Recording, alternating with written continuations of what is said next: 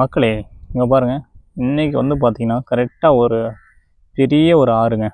ஆமாம், இது போய் இந்த ஆறு வந்து எங்கே போய் சேருதுன்னா பெரிய ஒரு டேம் கிட்ட போய் சேருது. அங்கே தான் உட்காந்துட்ருக்கோம்.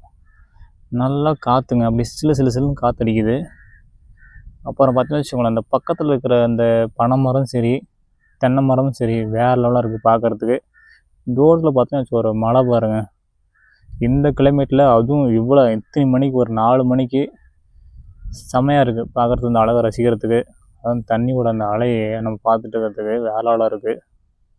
ரொம்ப அந்த காற்று எப்படி சொல்கிறதுங்க, சும்மா அப்படியே சிலுன்னு அடிக்குது. இந்த ஐஸ் கட்டி சும்மா அந்த நம்ம தண்ணியை ஒரு சொட்டு ட்ராப்பாக நனைச்சி அப்படியே அந்த ஃபேன் காற்றுல விட்டோமா எப்படி இருக்கும், அப்படி சிலுன்னு அடிக்கும் இல்லையா, அந்த மாதிரி இருக்குங்க. வேற ஆளாக இருக்குது, செம்மையாக இருக்குது எல்லாமே பாருங்கள். Oh my god, பியூட்டிஃபுல்லுங்க.